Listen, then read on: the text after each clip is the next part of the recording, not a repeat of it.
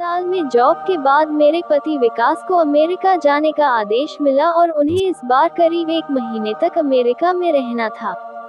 इस दौरान करवा चौथ का त्योहार भी आ रहा था, लेकिन मेरे पति इस समय मेरे साथ नहीं रह सकते थे। उनके जाने के बाद मेरे अपने जीजू आनंद के साथ बातचीत चालू हो गई।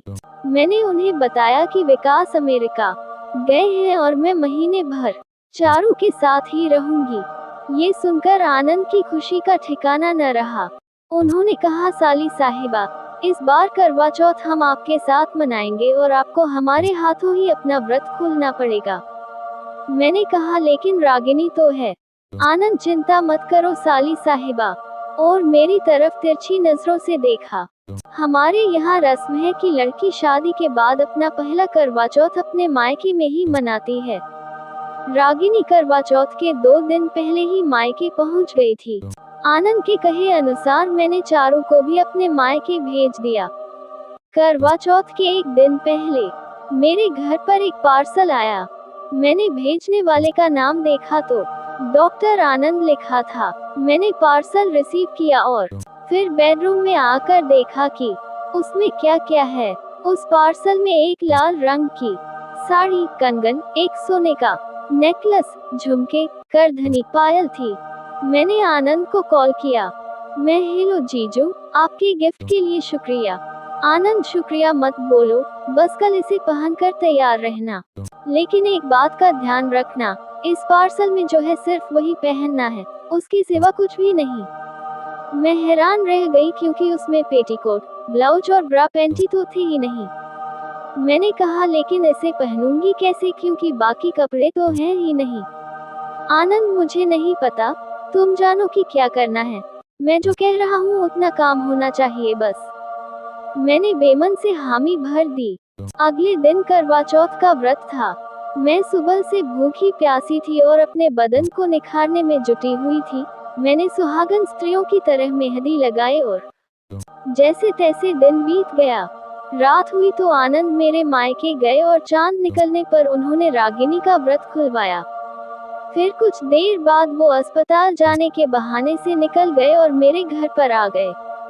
इधर मैंने अपनी कमर पर एक मोटी डोरी लपेटी और उसी के सहारे साड़ी पहन ली। मेरे बदन पर कपड़े के नाम पर सिर्फ यही लाल साड़ी थी। मैंने फिर अपना श्रृंगार किया। मैंने गजरा, काजल, ज्वेलरी सब कुछ पहना हुआ था और खास करके आनंद की दी हुई करधनी। मैं छत पर गई और पूजा की। मेरा गोरा बदन चांदनी में चमक रहा था। मैं अपनी साड़ी संभाल रही थी कि कहीं सरक न जाए। पड़ोस की औरतें मुझे ही देख रही थी क्योंकि मैंने ब्लाउज नहीं पहना था और मेरे मोटे बूब्स लटके हुए थे। खैर, किसी तरह बचते बचाते मैंने पूजा की और नीचे आ गई। अब मैं आनंद के आने का इंतजार करने लगी। दरवाजे पर घंटी बजी तो मैंने दरवाजा खोला। सामने आनंद खड़े थे। मैंने उन्हें अंदर बुलाया। मैं उनका इरादा भांप गई थी, इसलिए मैं जमीन पर बैठ गई। इसलिए वो चुपचाप खड़े होकर मेरी हरकत का मजा ले रहे थे। उसके बाद आनंद ने मुझे पानी पिलाया और बेडरूम में ले गए।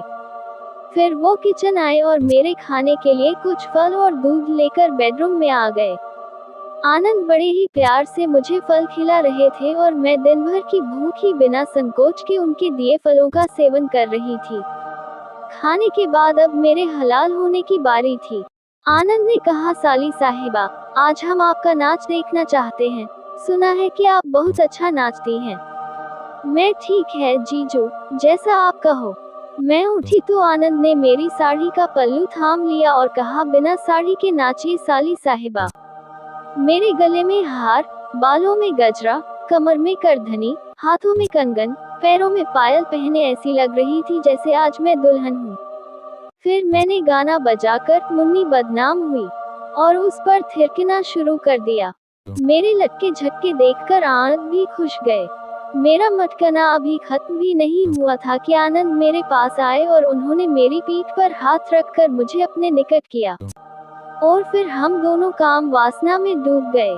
मेरी आंखें आनंद के मारे बंद हो गई थी और मुंह से जोर जोर की आवाजें आ रही थी। मैं बेड पे लेट गई और खुद को संभालने लगी।